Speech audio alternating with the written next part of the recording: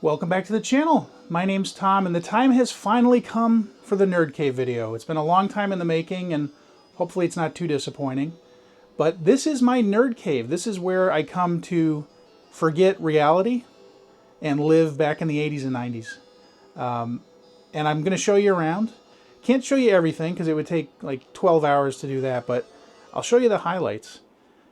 And of course, the main highlight for me is my arcade machine. This is actually what I would call a MAME machine, M-A-M-E. It's basically a computer that's powering it, and I bought the cabinet off of RecRoomMasters.com back in 2020. Literally, this arrived a week before the you-know-what started. So if I had waited another week to buy this, it probably wouldn't have shown up for a year or more, because shortly after the thing started, they halted shipment on most of these arcade machines, or the cabinets. It cost, I think it was about, I think I paid $1,500 for it. And what it includes when you buy it is the cabinet here. You get the, the control board, the joysticks, and the case itself. You also get a coin door. The one it came with did not light up, and it was a single coin, so I replaced it with this one, which is obviously 2 coins. And it does light up. I've also added light guns. These are Sinden light guns with recoil. Got these very recently, haven't set them up yet, but from what I've seen, they're pretty cool. So you can play games like Time Cop and, Terminator 2 arcade and all that. It's currently running MAME. So this is MAME running. It's Ghosts and Goblins. This is the original arcade version. And for the computer running this, it's actually my old main computer. It's got a Intel i7-8700K with a GeForce 2080 Ti video card, 32 gigs of RAM. So it's way overpowered for playing old arcade games like this. But, I had it hanging around, so I figured I'd use it. And that means I can also play modern arcade games like Mortal Kombat 1, things like that. Really graphics intensive games that just wouldn't play like on a Raspberry Pi, for example. So I really love this thing. And as you can see, I themed it after Sonic the Hedgehog. When you buy these, or at least when you bought them back in 2020, you could choose what you wanted the art to be on it. And I went with Sonic the Hedgehog. I think nowadays, or today, if I were to do it again, I probably would have themed it after Star Wars. But I'm still pretty happy with it. Alright, so let's play some Gauntlet II real quick here. Put some coins in. And I choose Elf. Well done, Red Elf. I love Gauntlet II, I'm just not very good at it.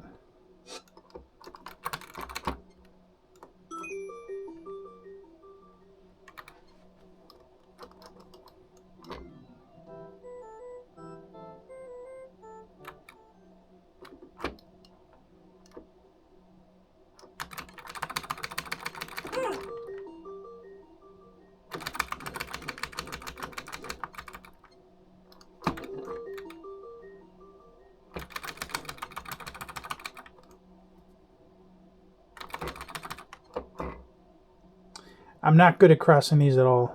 I'm going to get zapped. Ugh.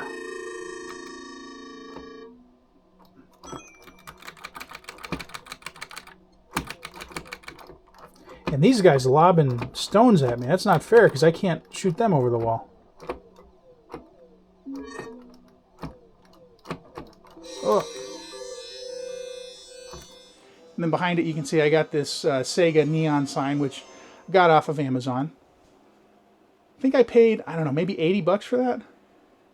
But I really like it. And then also, as you saw in the beginning, I have this arcade sign. This I also got off of Amazon.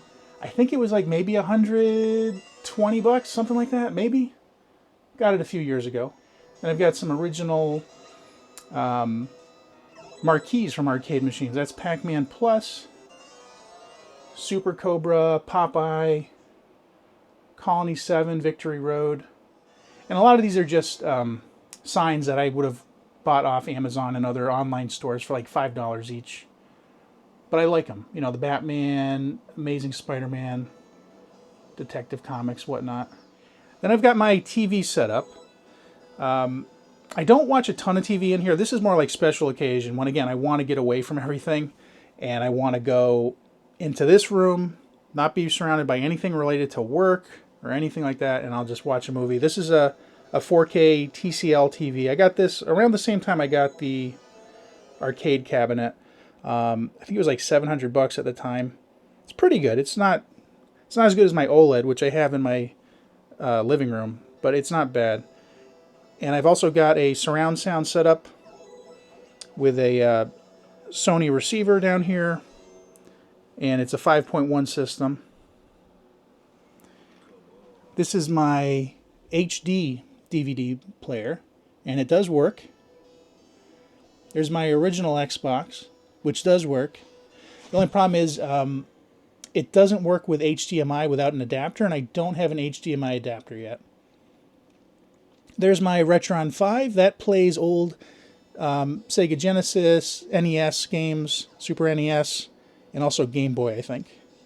And then there's my modern gaming system. That's an Xbox Series X. So that's their latest game system. I got that maybe 2-3 years ago. All right, and then over here I've got a couple computers. This one on the bottom is actually a vintage computer. This is a Pentium 3 1000 gigahertz, which is one of their faster Pentium 3s. It's also got a Voodoo 3 3000 video card, 512 megabytes of RAM, which was the most that Windows 98 could use, and it does obviously use Windows 98. It's got a zip drive down here, floppy drive, and then it's a CD drive, a DVD drive, and a Blu-ray drive.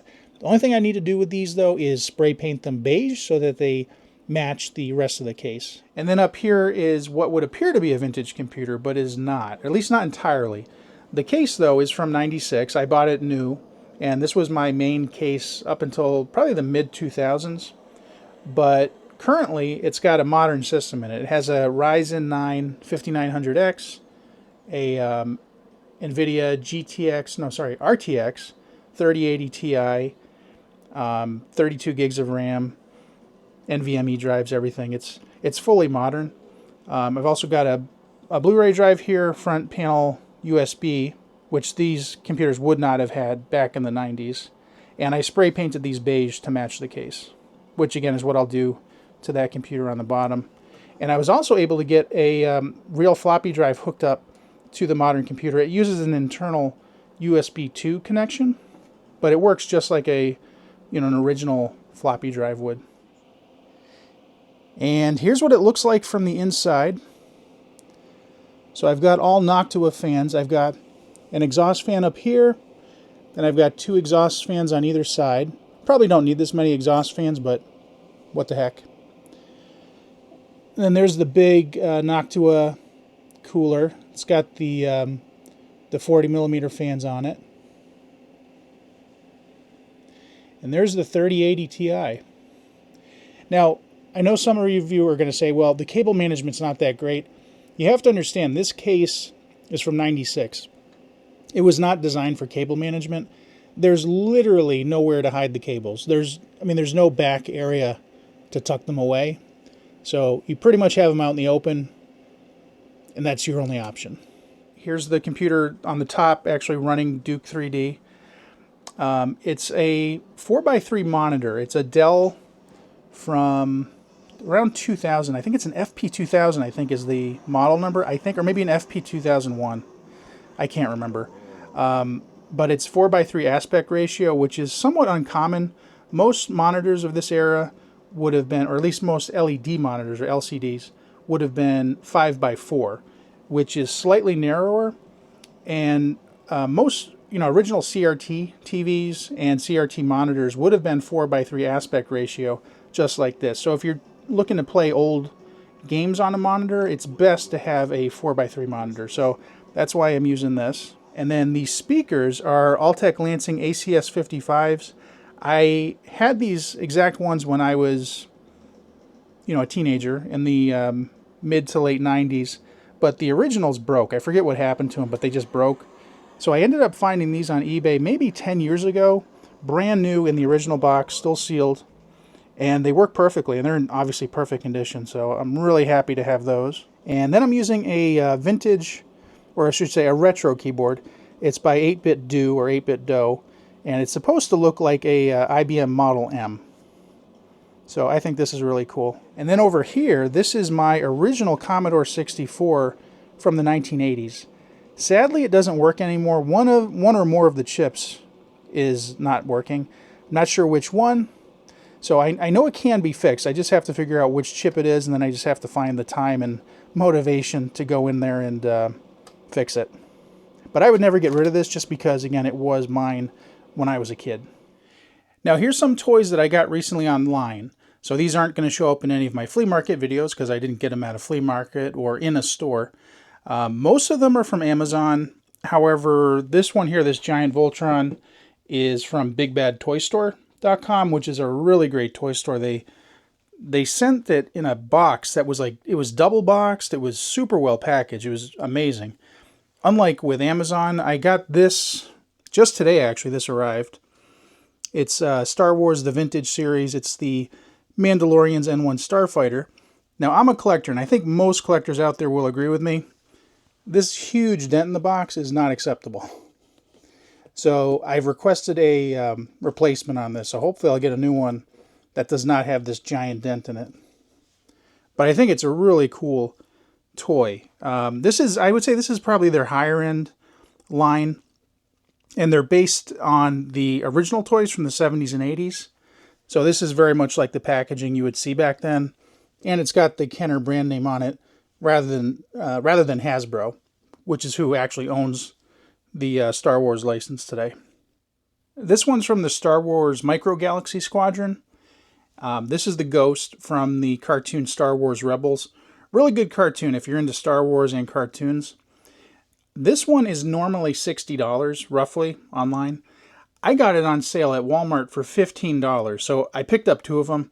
Normally I don't pick up two, but I figured I would get one, leave it in the box, and the other one I would put on display.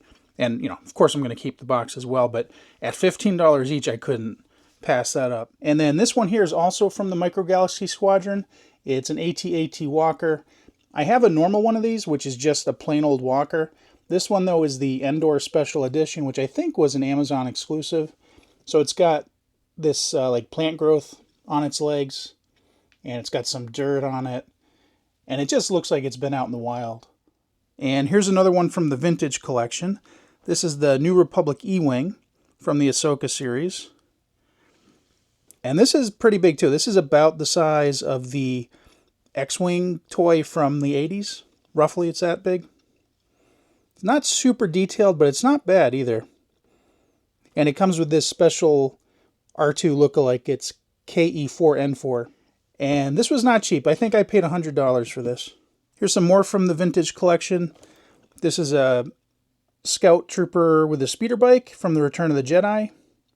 They had toys very similar to this in 84, 83, 84 for Return of the Jedi, but this one is different. It's not an actual like reproduction of the original toy, but it's inspired by the originals. And this one too, this is from Return of the Jedi. It's an AT-ST with Chewbacca. Here's another one from the Vintage collection. This is from The Mandalorian. It's another speeder bike, but this is the one with Grogu. Now, the only thing that's really annoying me is I think Amazon put this sticker on the box, and it's really on there. I think I can probably take it off. I don't know if maybe I can heat it up with a hairdryer and remove it, but I tried taking it off, you know, without a hairdryer, and it was starting to tear the box, so I'm leaving it on for now. But that's really annoying. Don't do that. Here's the last one from the Vintage collection. This is from the Book of Boba Fett, and this is Boba Fett's starship. They don't name it. Nowadays they call it the Fire Spray. Originally it had a different name, and I think most of you know what that was. I'm not going to say it again just because I could potentially get demonetized on YouTube for saying the original name. But at least they didn't call it the Fire Spray. Now, in addition to Star Wars, I'm also really into Voltron. So this is by a company called Super 7. This is their Super Cyborg version of the original Voltron from '84. It's almost as big as the original Voltron toy. I don't think it's quite as big. It's maybe an inch shorter, but it's close. And the interesting thing about this one is you can actually like take his outsides off. I don't know what you want to call it, his armor, and you can see what he looks like underneath. So I thought that was really cool, and I just had to pick it up. All right, let's take a look at this one. This is the Voltron Classic Legendary Voltron by Playmates. It's the 40th anniversary, and this collector's set just came out in late 2024. I believe they did release the individual lions earlier, maybe a couple years ago, but they didn't come all together until this year. And this guy is huge. He's 16 inches tall, so he's quite a bit larger than the original Voltron, which was already pretty big. And so here's what it looks like. This thing's massive. Just look at the size of these lions. So that's my hand, that's the lion. I would say that's nearly like 1.5 to 2 times the size of the original lion. And then he makes noise too, or makes sounds. It's the lion voice. Form Voltron! We will defend this planet! Hagar's Robeast is about to have a bad day. The galaxy is about to be secure. Form Voltron! So obviously he's got a battery in him, which means I'm going to have to take him out of the box at some point and remove that battery, because otherwise the battery will leak eventually. Hopefully not right away, but it shouldn't be in there. And I do plan to put him on display anyway, so I'll probably do that in the near future. As soon as I clear some space, because again, he's pretty big and I honestly have no space to display him yet. But I'm really glad to have this. Here's some more toys by Super 7. These are of Godzilla. These are from the Shogun series. So if you remember back in the 70s, they had Shogun Warrior toys. And one of those was a giant Godzilla that looked pretty much like this, except he was about 2 feet tall. And the reason I wanted these was because they look almost exactly like the original. They're just much smaller and much more affordable. The original goes for like $200, $300, $400. And I've yet to find one for sale at a flea market yet. And here's what they look like outside the box. They're pretty chunky. They're heavyweight. They're really solid, and they do the tongue thing. Which, if you know anything about this toy, the originals, this little thing here tends to break off. And also his right fist does shoot. Which I'm not going to do now because I'll probably lose his fist somewhere. On the back wall here, I've got some arcade marquees at the top. These are originals from the 80s. So you got Track and Field, Jungle Hunt, Head On, Knockout.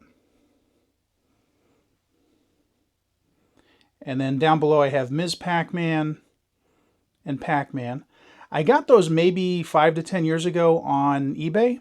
I think I paid maybe $12 a piece, and I think they had free shipping. I've looked for them recently on eBay, and they seem to be charging like $15 to $20 shipping for each one, which doesn't really make it worth it in my opinion. So I haven't bought that many since then. I did find one at the Stormville Flea Market not too long ago, so I did get that there. But yeah, the prices on these marquees have gone up a bit in the last few years. And then these are just some reproduction license plates. We've got Ecto 1 from Ghostbusters, Ecto 1A from Ghostbusters 2, Out of Time from Back to the Future, and then this one on the bottom is from Back to the Future 2 when he goes to the future. And then these other metal signs here, these are all modern. These are maybe 10 to 15 years old max. And I got them, I think, for probably $5 each. They're just for decoration. They're not worth anything, really. But I like them. Because, as some of you probably don't know, my first love in collecting was comic books. And I kind of got burned out on comics in like 2017, 2018. So I haven't really been actively collecting since then. But I still do love comics. And I still have a lot of comics in my collection. I'm just not actively adding to them recently. Got some more signs over here and license plates. These are all modern, of course. This is from Car, which was the evil Kit in Knight Rider. And then, of course, I've got the license plate from Kit from Knight Rider.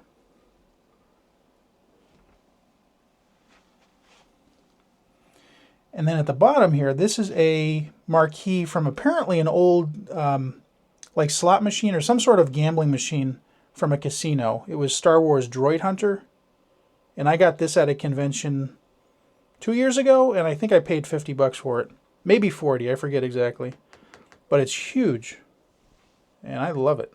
And then up here there's another marquee from the video game Mr. Dew's Castle.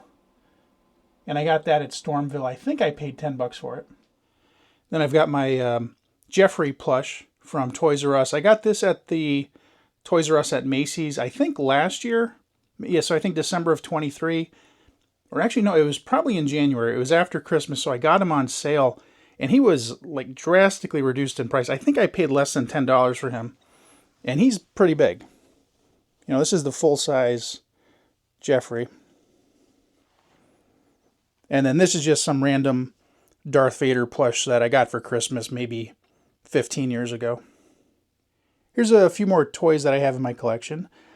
We got the original Teddy Ruxpin here in the original box. This is the Teddy Ruxpin that is featured in one of my very first YouTube videos from like 2018, where he's just sitting in a chair playing back one of his stories. At the time, he was working. His eyes were moving a little bit slowly, but he was still working. I tried using him again about a year ago, put fresh batteries in, and he doesn't work at all. He's completely dead. He just died sitting on the shelf. In a completely temperature and humidity controlled room without batteries in him, just died. So I know he can be fixed, but I think it's beyond my abilities at this point. And I got him at a flea market, I think for $20, maybe in like 2016 or so. And then this is his buddy Grubby.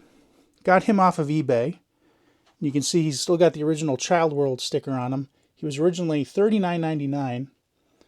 And he doesn't work at all. He hasn't worked since the day I got him. And that was kind of disappointing to me. Because I was planning on doing another video with Teddy Ruxpin and Grubby hooked up to each other. Because they actually connect with a cord. And they like play off each other. Like one will read one part of the story, one will read the other. But again, sadly, neither of them were working when I tried to do that video. So that was a bust. But I just can't get rid of him because, I mean, he's in the original box. And I think I paid maybe $20 for him online. Something like that. And then this is Chucky from the Child's Play movies. This one is new. I got this at Spirit Halloween, I think 2 years ago. I might have paid like $90 for him, something like that. But I just had to have him. I think he's pretty cool. You can still find them online, and I think they still sell them new at Spirit Halloween. So if you're looking for one of these, just head over to a Spirit Halloween, you know, this fall, and I'm sure they'll have one. But he hasn't come to life yet, so slightly disappointing there. Then over here, this is a Star Trek Franklin Mint USS Enterprise model. I actually have one on display in my my living room, which was in the collections video I did, which is in like mint condition. This one, however, is pretty beat up. It's got scratches all over it. The deflector dish is broken off, and it's just not in great condition. A funny story with this one is I got it off eBay. It was advertised as being mint, but it came damaged. I returned it, so I sent it back, put it in the mail, got a tracking number, everything. eBay refunded me, but then apparently the person moved or something, and they never claimed it. So like 6 months later, the post office sent it back to me. And it's like, here, it's yours. The guy you sent it back to, he doesn't live there anymore, and we don't know where he lives. So I got this one for free, essentially. And I haven't sold it, but I don't know. I don't need it, because again, it's not in great condition, but I would never throw anything like this away. So one of the things I started collecting when I was young, back in the mid to late 80s, was comic books. And I was really, really into comic books up until like the mid 90s, and then I took a break when I went to college, essentially. And then starting again in the early to mid 2000s, I really got back into comic collecting again. And one of the things I started collecting a lot of were graded comics. And I know a lot of people don't like graded comics because you're sealing them away in a tomb, essentially. And people say, well, why would you do that? Because you can't read them. Well, I have another copy of the comic in poor condition that I can read without worrying about damaging it. So that's what I do. Or I can also read them online. but I like to keep the really high grade comics I have graded. And these are ones I bought mostly between, let's say, 2004 and 2017, which is when I stopped actively collecting graded comics or comic books in general.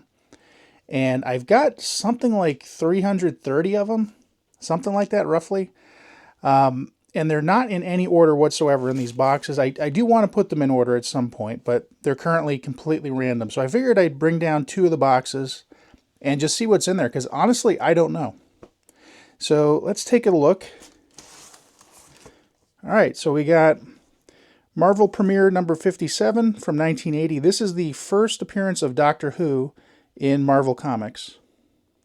And it's a 9.8, which is pretty much the highest grade. They do have 9.9s and 10s, but those are very uncommon. And in my opinion, their condition is almost identical to a 9.8, but they go for like 2, 3, 4 times as much money. So they don't really make sense to me as far as collecting goes. But this one's a 9.8. And I'm not going to say how much they're worth. You can look that up online. But the prices change all the time, of course. But a lot of these are fairly expensive. Especially nowadays. When I was collecting them, they were much less expensive. After the pandemic in 2020, the prices on comics in general, and graded comics especially, went through the roof. They went up by like two times at least. But they've come down a little bit since like 2023, but they're still elevated above where they were, pre-2020.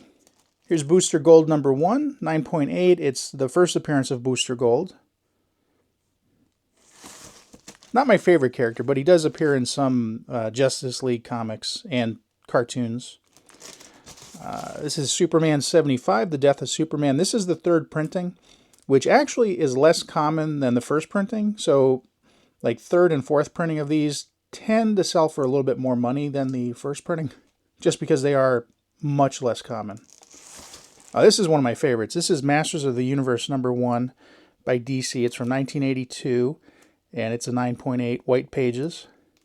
Here's Wolverine number 2. This is the limited series from 1982. I have the full set, numbers 1 through 4, all in 9.8. And again, remember, when I bought these, they were not selling for anywhere near what they're selling today. Like, if you look up the prices today, you'll be like, oh my God, how did he afford all these? But trust me, 10, 15 years ago, these were worth like a quarter what they are today. Here's number 3. I do have the whole set of Crisis on Infinite Earths. It's not all 9.8s, though. I have a few 9.6s. This one's issue 4, which is The Death of the Monitor.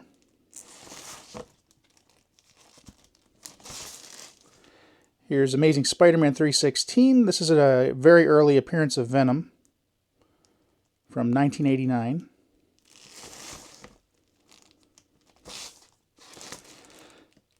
And I do have a pretty good run of original X-Men comics. So this is X-Men 105 from 1977. Most of the X-Men ones I have are 9.6s because X-Men was one of the first comic books I tried to collect in CGC graded. And at the time, I was mainly collecting 9.6s. I couldn't afford the 9.8s yet. But again, this is number 105. It's not particularly... It's not a key book, I would say. It's not anybody's first appearance or anything, but it's still pretty cool. This is Fury of Firestorm number 23 from 1984. And this is the first appearance of Felicity Smoke, who you might recognize from the Green Arrow TV show. This is Avengers 257 from 1985, and this is the first appearance of Nebula, who you'll probably will recognize from the Guardians of the Galaxy movies. She looked a little bit different, though, in these comics. She actually looked a lot different. Here's Marvel Age 25. This is a very early appearance of Rocket Raccoon. Here's Itchy and Scratchy Comics number 1 from 1993. So this is based on the Simpsons cartoon, of course. And believe it or not, the Simpsons comics from this era are worth quite a bit of money, especially the earlier issues. Here's Superman number 1 from 1987. So it's obviously not the first appearance of Superman, but this was his first new issue in 1987. It's also the origin and first appearance of the new Metallo. Now this one's not worth much at all, but I thought it was cool just because I'm into old video games and computers. This is Atari Force number 1 from 1984. Definitely not great writing and not popular at all, I would say, but just because it's Atari, I was interested. Oh, and this is one of my favorites. Now this is not CGC, this is CBCS, which is their competitor, or one of their competitors. One of their more highly regarded competitors. Voltron number 2 from 1985. I do have Voltron number 1 as well, but it's not in one of these two boxes. Here's another CBCS comic. This is Star Slayer number 2 from 1982, and it's the first full appearance and origin of the Rocketeer, who you might remember from the Rocketeer movie that came out back in the 80s. And now this is one of the big ones as far as value goes. This is Edge of Spider-Verse number 2 from 2014, and this is the first appearance of Gwen Stacy, as they're calling her Spider-Woman. But I think most people nowadays call her Spider-Gwen. And this is a 9.8. So, again, when I bought this, I got it for what I would say was a deal, especially compared to what it goes for now. This is probably one of my top 5 most valuable comics at this point. And here's a few more of my favorites. This is The Tick number 2 from 1988. You might have seen The Tick had a TV show on Amazon for a while, which eventually got canceled, but I really liked the TV show. I've honestly not really read that many of the comics. All right, now this is not particularly valuable, but this is one of my favorites. This is Boris the Bear number 1, and it's a 9.4. It's from 1986. And Boris the Bear was actually one of the first comics I started reading, believe it or not. So 86, that's roughly when I started collecting and reading comics. And it was Boris the Bear and Captain America were my two favorites at the time. I would like to get a Boris the Bear number 1 in 9.8, but I never see them come up. It apparently wasn't super popular, even though I loved the comic. It was, it was kind of like a spoof comic. It was comedy, but I loved it, especially as a kid. I haven't read them since the 80s, so I might not enjoy them as much nowadays, but I really loved them at the time, so very nostalgic for me. Oh, here's another big one. This is Tales of the Teen Titans number 44 from 1984, and this is the first appearance of Jericho and the origin of Deathstroke. Here's Iron Man number 281 from 1992. This is the first appearance of War Machine, or at least War Machine in cameo on the last page. Here's another one that's not worth a ton of money, but I just thought it was cool. I ran across it on eBay, a decade or more ago. This is Mod Wheels number 1 from 1971. It's a 9.8, and it's a file copy, which from what I understand, a file copy is one that would have been kept like at the offices of Gold Key on file. And in general, they tend to be in really good condition. This one obviously is. It's a 9.8. But I haven't found many comparables that have sold online, so I'm not really sure what it's worth, but I like it a lot. I love the artwork, and the fact that it's from 1971, it's in really great condition. And again, great artwork. Very reminiscent of Speed Racer, I'd say. Here's Star Wars number 4 from 1977. So this is based on the original Star Wars movie. And I do have most of these. I have like issue 1 through, I don't know, maybe issue 10 that are all graded. And I have a number 1 in 9.6 condition, but it's not in one of these two boxes. And this was another comic I remember reading as a kid. This is Amazing Spider-Man number 293 from 1987. And this is part of the 6-part series with Kraven. I think it was called Kraven's Last Hunt, I think was the name of the storyline. And he, of course, had a movie that came out recently, which was apparently terrible. I haven't seen it yet, though. But it doesn't look good. Then I got Deadpool number 1 from 1997. This is the first appearance of T-Ray and Blind Al. It's not the first Deadpool comic, though. He did have a couple miniseries before this, which I do have those as well.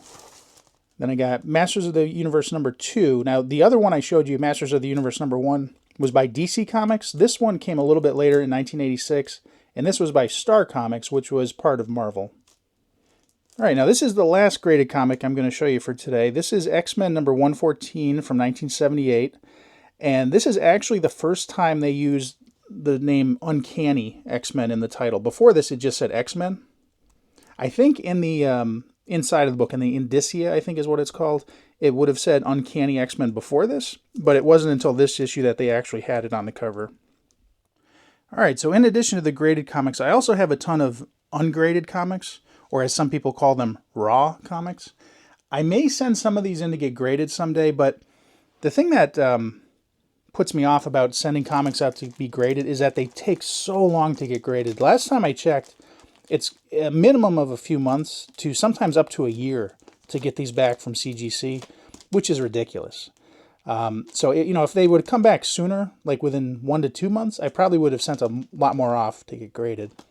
But I did recently alphabetize these, and I've got something like 10 or 11 boxes of these. So these are the T's.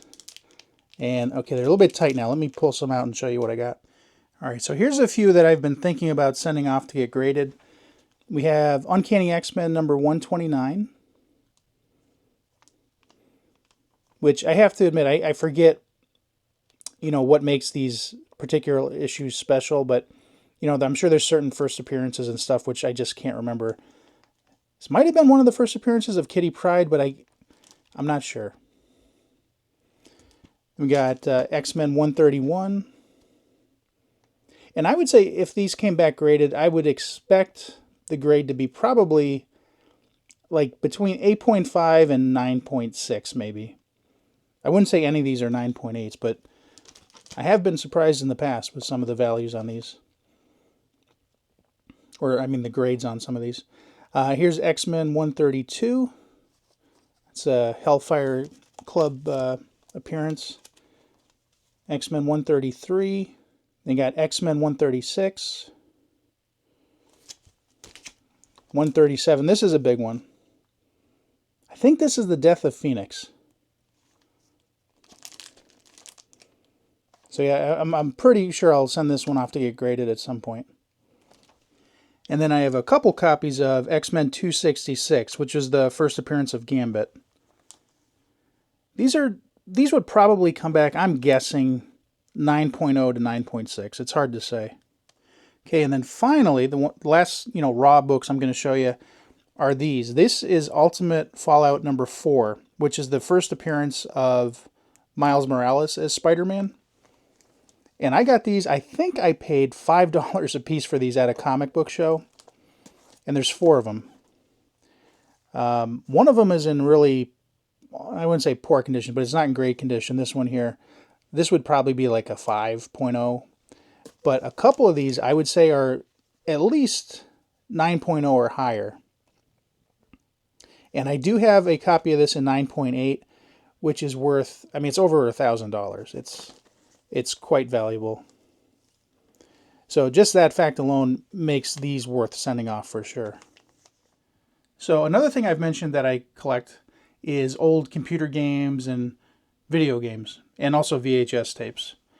Now, over here, most of these, I would say 75% of these are the computer games that I bought on my own originally back in like the mid-90s up until probably like the mid-2000s. There's also some ones mixed in there that are from Goodwill, which you can tell because they still have the Goodwill sticker on them, which I'll take off eventually, but those stickers are so difficult to get off that I've just kind of left them on there for now. They're not hurting anything. Now, I do have the boxes for a lot of these. They're all in storage, so I can't show them to you. But sadly, about 15, maybe 20 years ago, I went through all of my boxes for the PC games, and I threw out a lot of them. I don't know why. I think it was actually just to save space, but I tossed them. And in hindsight, that was a really bad decision because nowadays, if you get a lot of these games in the original box, they can go for, $50, $100 or more. So it's really sad that that happened, but I did keep a lot of them, especially the ones for the more popular games like Doom, Quake, Duke Nukem, things like that. So in here I've got Battlefield Vietnam, Battlefield 1942. This was one of my favorite games back in the early 2000s. It was an online game, kind of like Call of Duty, but it was awesome back then. It was just so cool. Blake Stone Planet Strike from the 90s. Very similar to Wolfenstein 3D. Here's Blood 2, which a lot of people hate Blood 2. I loved it. It definitely had a lot of glitches and errors and, you know, technical problems, but I just loved the character and I loved the story. Here's the expansion pack. Now, most of these are in alphabetical order, but apparently these are not. This is more Battlefield 1942, so I'm not sure what this is doing over here. And like I mentioned, I go to Goodwill and I find a lot of games like this in the CD jewel cases because I think a lot of people don't realize these are video games. They just assume they're music CDs. And they're not always the best, even though this one says the best 95 games. So best games for Windows 95. I love them just because they're from the 90s, so they're very nostalgic to me. And while they're not great games, just playing them brings me back to the 90s, which I love to do. Obviously, I'm very much about nostalgia. Here's Command & Conquer Red Strike.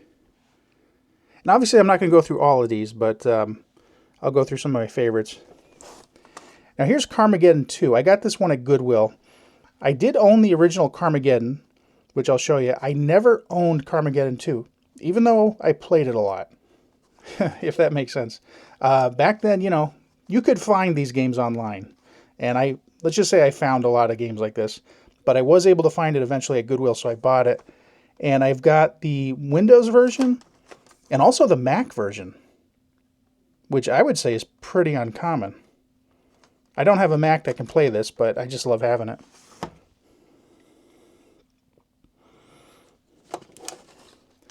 Here's the original Call of Duty. Now they're at like Call of Duty 27 or something. Here's another one I got at Goodwill, Microsoft Encarta from the 90s, which was their encyclopedia software essentially. Extreme Assault. This was one of my favorite games. I remember I did finish this, and I played this on a 3DFX Voodoo 2, I think. Which, if you know, was one of the very, very earliest 3D accelerator cards, and it was without a doubt the best at the time. Oh, and then here's Duke Nukem 3D. This was also one of the first games I remember buying in the store. Would have been 96, I think. One of the best games ever, I think. Descent 2. Descent 1 Anniversary Edition. Great games. And, of course, the original Half-Life. Okay, so here's my original Carmageddon disc. So I did buy these back in the day. Very violent game, but so much fun. And here's the add-on, the Splat Pack. And if you've ever played Carmageddon, you know what the Splat is that they're referring to. Command & Conquer, the Domination Pack. So this was a compilation of the original game, Red Alert, plus the add-ons. Or the expansion packs, as they called them back then. Which today you would call DLC. Crusader No Remorse, one of my favorite games. Hard to play it now because of the control scheme. It's really hard to move this guy around. I don't remember that being the case back in the 90s when I was playing it, but nowadays it's like, wow, this is not fun. And, of course, Doom. Ultimate Doom. Final Doom.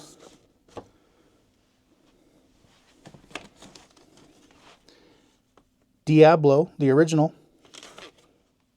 And I could keep going and going, but there's so many in here. And I don't want this to be like a 6-hour video. So let me just see if there's any more in here that really jump out. This one's interesting. This is Malice. This was an add-on for Quake. Or a total conversion, as they called them back then. And this was, I think it was legal, but it was questionable. Because basically they took the original Quake and they just put new models in there. New bitmaps and stuff. New textures and whatnot. Not bad, though. Here's another add-on for Quake. This is Juggernaut for Quake 2. And it was the same idea. It was basically a new total conversion for Quake. Or Quake 2, actually. Okay, and then over here I've got a lot of Blu-rays that I got at Goodwill. Most of these, well, actually all of these, one specifically, I did buy at Goodwill.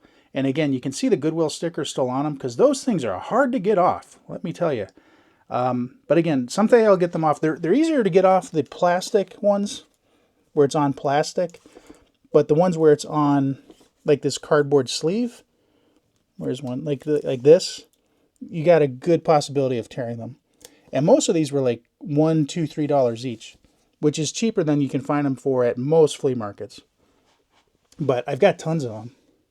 All right, and then down here we have more CD-ROM games that I got at Goodwill. And a lot of these are kids games, like little kid games, like Spell It Deluxe, things like that. And I just love them for the nostalgia. And I was thinking someday, if I ever have a gaming channel on YouTube, I might do playthroughs of some of these, kids games. And then over here I've got a lot more Blu-rays. These are mostly ones that I bought in the store new. There are a few Goodwill ones in here, but not a lot. And these are alphabetized. The other ones I showed you earlier are not alphabetized yet. But I'm really into mostly action, sci-fi, fantasy, horror for the most part.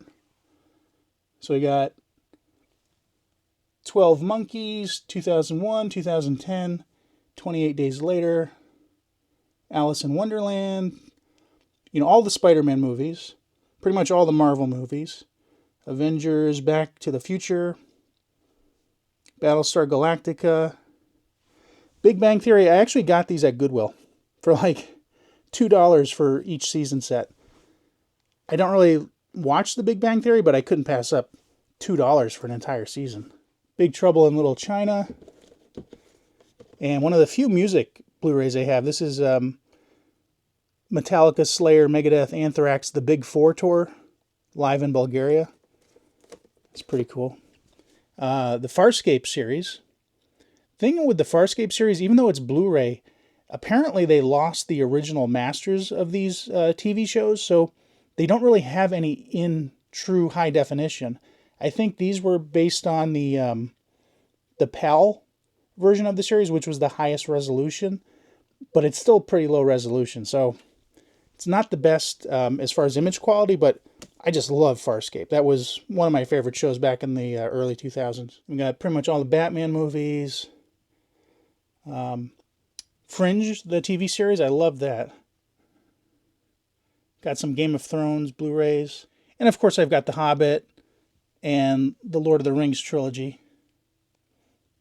Which, as most of you know, the Lord of the Rings trilogy is far superior to the Hobbit trilogy, which should be a single movie, obviously. And it goes on and on. So yes, I love movies. And then over here I've got more Blu-rays and also video games. And as you can probably see, I'm running out of space in here.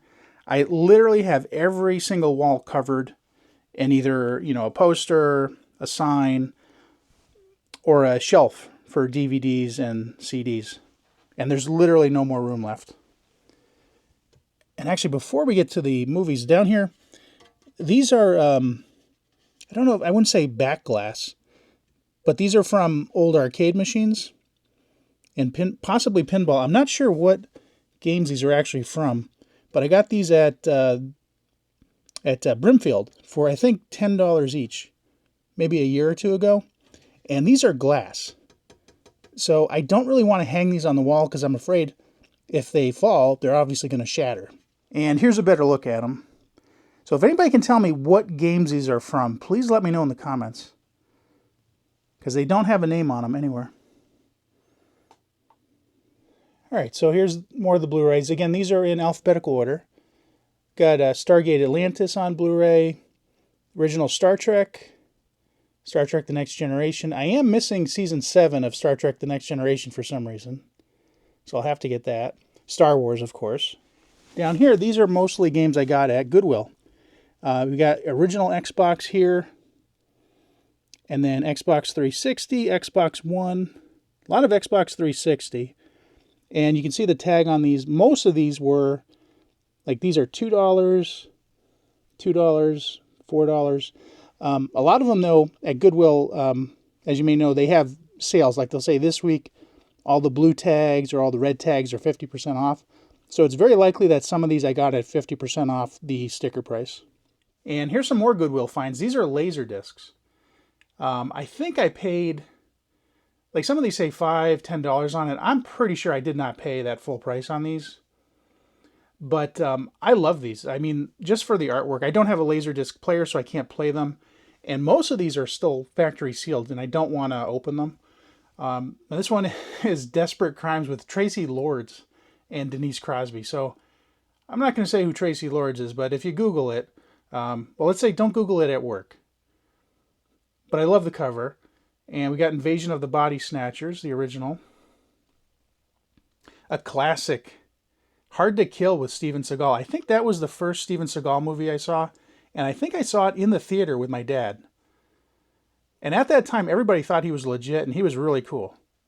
Not so much nowadays. Then here's an original X-Files TV show. It's just a single episode, I think.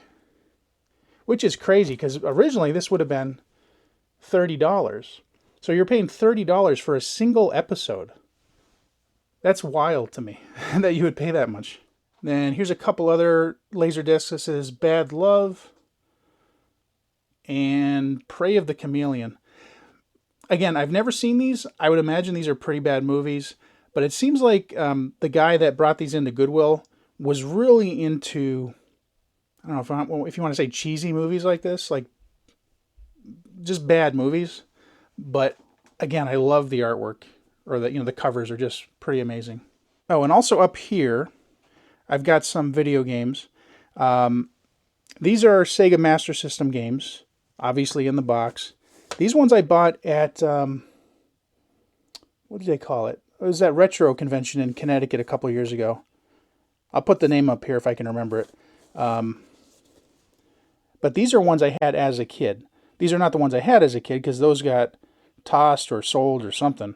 But we got Afterburner, Choplifter, Space Harrier, Ghostbusters, Zillion. I love Zillion. I actually finished Zillion, and it was an amazing game. I actually played it recently in an emulator and finished it again. It is just spectacular. Then here's some Sega Genesis games. We got F-22, F-117, Nightstorm. I had this as a kid. This is not my original from as a kid, but it's one I bought recently. I played it for hours on end back in the 90s. I tried to play it again recently, and it's terrible. I can't play more than 5 minutes of it. Now, this game I can play more than 5 minutes of. This is Sonic the Hedgehog 2, probably my favorite game of all time, which, as you might notice, is what I have my arcade machine themed after. Not necessarily Sonic the Hedgehog 2, but Sonic the Hedgehog. So I love this game. Lotus 2. It's an okay driving game. And most of these I got at flea markets over the years. Now, these are not Blu-rays. These are HD DVDs. So if you know anything about the history of Blu-rays and HD DVD, basically HD DVD was a competitor to Blu-ray back in, I think, like 2006 or so, when they first came out. And obviously Blu-ray won. HD DVD failed. They only lasted a couple years or so. But I have found a lot of these at Goodwill. Most of them for like $2, $3. And I do actually have an HD DVD player, which I had to get off of eBay. So I'll show you that in a second. But I kind of think of it as like the modern day version of Betamax, where Beta was up against VHS, VHS 1, and nowadays Beta tapes are very difficult to find, at least at the flea markets and places I go to. I just don't see them that often. And forget about finding a working Beta player. They're almost impossible to find, and if you do find them, odds are they don't work. And who nowadays really knows how to fix a Beta player? I'm sure there's ones out, there's people out there that do, but they're few and far between. And again, I kind of think of HD DVD as something similar to that. Even though the quality of these is pretty much identical to Blu-ray, there's really no discernible difference. Here's some more video games. These are Xbox One games, so these are fairly modern. And I got a lot of these at Goodwill, but also at some stores like, I think I did get some at GameStop used. I also got some at State Line Video Games at the Enfield Square Mall and some other places. And a lot of these I paid, like this one, $3 for. I think the most I paid for any of these was maybe like $7 or $8. Actually, no, I'm lying. This one here I did pay $10 for. This is Fallout 4 Game of the Year edition. I got this at State Line Video Games, paid $10, which I thought was fine. Red Dead Redemption, the original. And then these are some Sega Genesis games I found in the basement.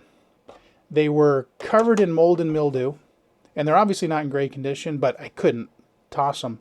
I cleaned them up with some cleaning wipes, so they're fairly clean now, and they do work, but they're not the best. They're NHL 94, NHL 95, Madden 96, hockey, another hockey, and another hockey, NHL 98. I'm not a fan of sports games for the most part, but again, they're Sega Genesis games from the late 80s, early 90s, so I just couldn't let them go. I had to keep them, so here they are. And here's some of my VHS collection. A lot of my VHS tapes are in storage, and in fact, pretty much everything that I had, let's say before 2018, is currently in storage. I have 2 storage units. I pay like $500 a month for them, but I just don't have room for all this stuff. Here's some recent ones, though. This is City Slickers on VHS. It's still sealed, and I paid $1 for it at Goodwill. I've got 20,000 Leagues Under the Sea. Paid $1 for it at Goodwill. This is actually a beta tape. This is The Amazing Space Shuttle. Paid $2 for it. Star Trek V. Adventures of Captain Marvel. Got that at a flea market. I think I got that at Brody Park for maybe $3. Something like that. Original Batman. Star Trek The Motion Picture. Raiders of the Lost Ark. Temple of Doom. Star Trek 3. Some random Cartoons Are Fun collection. That's Daffy Duck. I think that's almost bootleg. I don't know if it's entirely legal. Jurassic Park. And then this one I found fairly recently. This is Star Wars, of course, the original. And this is what they call the red label.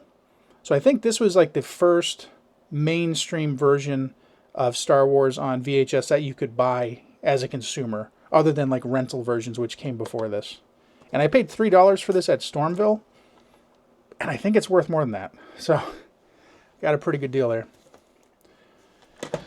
And then, now these I bought because they were in the original rental plastic case, whatever you want to call it. This is Overboard. Okay movie. I saw this back when it came out. And you can see it's still got the comedy sticker on it. And it was $1 at Goodwill. So I thought this was cool. Just, it's like the nostalgia factor, having them the way they were back in the 80s and 90s when I was going to the video store to watch them or to rent them. Batman and Robin. This is also a rental copy. This is from Easy Video, which was in Fair Lawn, New Jersey. And I got this at Goodwill in Connecticut. So how it made its way up to Connecticut, I don't know. Oh, this is a tape, Update 95, The Wonderful World of Disney. Here's another Disney one. This is Walt Disney World for Families. And this is from sometime in the 90s. I don't see a date on it. And then these I got, also at Goodwill, of course, because they were in these giant, I guess you'd call these clamshell cases, which are somewhat hard to find, at least in comparison to the cardboard slip cases. Never heard of this movie, to be honest, Local Hero, but it was in the slipcase, and it was in the clamshell, and it was only $1. And then this one, of course, I have heard of. This is The Outlaw Josie Wales with Clint Eastwood, and it's again in the Warner Brothers clamshell for $1 at Goodwill. And then finally, I have this one. This is, again, Goodwill, $2, Star Wars The Phantom Menace from '99, and this is the widescreen video collector's edition in VHS. Alright, so I'll open this up, show you what's inside it. So I open it up. It's got this booklet, which of course fell out when I opened it the first time. It's The Art of Star Wars, Episode 1, The Phantom Menace. It's got this cool little insert. And then there's the VHS tape. Pretty cool. I thought this was a great deal at $2. It's probably not worth a ton, but I love it, especially because, you know, as you may have heard, I like Star Wars. I also have tons of stuff in my closet, and it's completely packed to the brim, so there's not much more that can fit in here at this point. I am planning on cleaning out some of it and putting some of it into storage, just because, again, it is getting a little bit out of control. But I'll show you what I can here. On the top shelf here, these are pretty much all joysticks. Various joysticks going back to the 80s. Some of them up through maybe the early 90s. I'm sorry, early 2000s. But I got tons of stuff here. You got this is a Microsoft Sidewinder gamepad from the 90s. And it's got the old game port connection. So this is before USB. And these are good, of course, for my vintage computers, which I'll show you in a second. I have a ton of vintage computers. I've also got some in the original boxes. PC Mission for use with an IBM compatible. Got a Radio Shack joystick back there. ProPad gamepad from the 90s. Tons of stuff hiding in here. Just littered with joysticks. More joysticks. And then up here, this is a Commodore Model 1702 monitor, which is from 1984. It does work. So this is good for hooking up to a Commodore 64, of course. Got a Macintosh Classic from, I think, 1990 maybe. And last time I used it, this did work. Then back there, you can barely see it. That's a... Let me move this. All right, so back there, that's a Apple G3 computer. It's the purple one. Or I think they call it grape. I think grape color. Oh, and here's my original Sega 32X box. I have the 32X. It's not in the box anymore. But this is one I bought back in the 90s. I think it was on sale at Toys R Us. And I remember after buying this at Toys R Us, over at West Farms, in that general area, I ended up going to Funko, and I bought all their 32X cartridges, which, you know, were used, of course. I think I paid $2 or $3 each for them. So here's some more joysticks in the original box. This is an old computer, or I should say video game system, the Bentley CompuVision. We got Lights Alive. I got this at the Granby Flea Market, I think a year ago. It's kind of like Light Bright. And then these are, as you can see, old computers. Most of these are 486, Pentium, Pentium 2, Pentium 3. There might be a Pentium 4 mixed in there. I've also got a 386, a 286, and I do have an original IBM PC in here somewhere. But yeah, I love old computers. And I got most of these off of Craigslist for something like, $5, $10 each. Nobody was charging much for them back then. This was like 10, 20 years ago. Same thing down here. They just keep going and going. There's tons of them. And there's more computers back there. This is an old IBM monitor, which does work. And I've got an Osborne 1 computer. Got that off of Craigslist. And there's another Osborne back there. Here's an old Sony Mavic floppy drive camera. I love these just because they're so weird. They use floppy drives to store the pictures on. And it does work. I also used to collect sports cards. This closet used to be full of 5,000 count boxes of commons, which I ended up selling maybe 20 years ago at this point, 15, 20 years ago. So I got rid of all the commons, but I went through them all and I pulled out the ones that I would call stars or semi-stars. Here's a few of my graded cards. These are Derek Jeter rookies. This is a 93 score select. These are 9.0 mint graded. These aren't worth a ton, but they're worth something. I haven't checked the value recently. This one's not graded, but I got this when I was a kid. It's a Mecca Cigarettes card from, forget what year. It's maybe the early 1900s. And it's for a player named R. Byrne and Fred Clark. This one actually folds out. Not worth a ton. Last time I checked, maybe in the neighborhood of like 50 bucks or so. Here's another one, also not graded. This is Connie Ryan from, I should know this, sometime in the 50s. Maybe 53? I think it's a 53 Bowman Color card, I think is what it's called. Here's some more cards that have not been graded, but these are in acrylic holders. And I haven't looked at these in probably 20 years, so I don't remember exactly what year they're from, but these are some early cards, like 50s, 60s era. This is Willie Mays and Willie McCovey. Let's see. That's a newer Mickey Mantle card. Trying to avoid the glare here. Harmon Killebrew. Tommy John. There's a Michael Jordan baseball card. Chipper Jones rookie. These are 92 Bowmans, I think.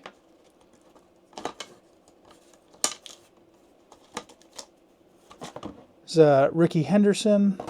Got a couple of those. I think those are second year Ricky Henderson. Ken Griffey Jr. rookie. That one's actually not in as good condition as it looks in the case. It does have some wrinkles in it. Some more early Ken Griffey Jr. cards. And I bought most of these in the late 80s, early 90s. So a lot of them aren't really worth that much anymore, but some of them are. Here's a Carlos Delgado rookie from 92. Let's see. Who is this? Oh, Johnny Damon, rookie.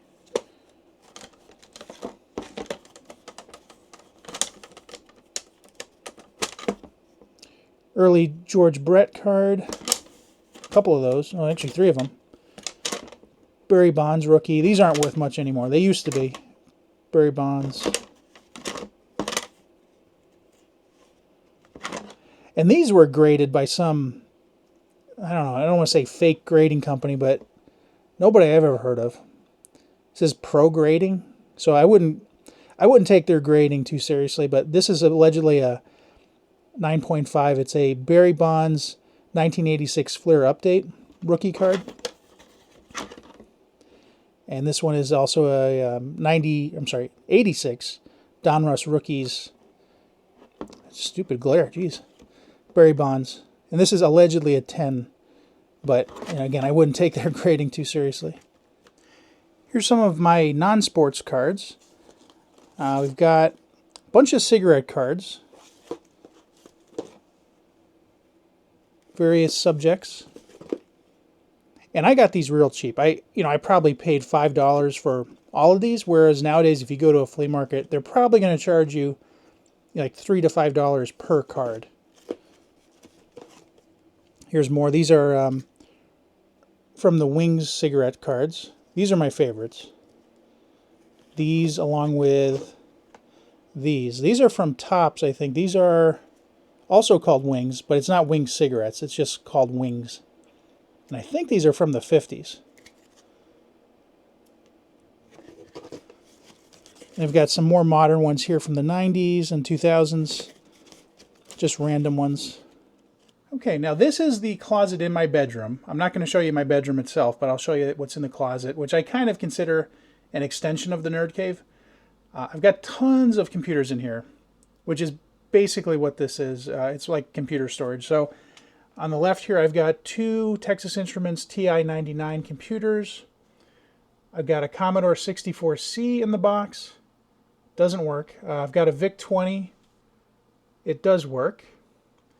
I've got 3 Commodore 64s in the original box. One of them works. The rest don't. Got a Commodore 128 in the box. That does work. At least it did last time I tried to use it. I've got a couple. These are Commodore 64 disk drives. I think they're 1541s. Got a Commodore Plus 4 in the original box. That's an IBM PC Junior in the original box. It does work. There's my Sega Master System, still in the original box. And I got that on eBay probably in like '95. It was one of the first things I bought on eBay. I think I paid $45 for it back then, and I remember thinking that was a lot of money. Today, that would probably go for at least $200-300 or so. I've got a C64 Mini, which is a modern reproduction of the Commodore 64. Got a couple of those. Here's another Commodore 64C in the original box. Got an IBM Personal Computer 300PL. This is a Pentium 2 computer. It does work. And back there I've got a Tandy 1000 with the original monitor. It does work. And then at the bottom is my original IBM XT computer. Doesn't work. It's missing a lot of parts, but it's an IBM XT, so I had to get it. Okay, and then down here I've got a lot more desktop PCs. I think this one here, yeah, this is an AST Power Premium 450D. I think that's a 486 50 megahertz, I think. There's my 386. It's a Laser 386 SXT. And I think the 286 is below it, but I have them covered in towels so they don't get scratched up. And I think this is a 486 here. Yeah, it's an Expo 486. And that does work as well. And then these boxes are just full of parts that I've accumulated over the years. So this is like dozens of video cards, mostly from the 80s and 90s. Hard drives, tons of hard drives, CD-ROM drives, computer mounting hardware, power bricks, Blu-rays, like Blu-ray rewritables and writables, power supplies, sound cards, floppy drives, DVD drives. So anytime, I feel like making up a retro computer, I just want to build a computer, I've got tons of parts here, so I'm pretty much ready to go at any moment. Or if I need to fix one of my computers, I've got plenty of replacement parts. All right, and there you have it. That was the Nerd Cave video. I hope you enjoyed it. If you did, please give me a thumbs up, subscribe to my channel, leave a comment, and hit that notification bell. I've got a lot more videos coming up, like flea market videos, such as this fine video playing right now, mall videos, store walkthroughs, and who knows what else. So thanks for watching, and I'll see you next time.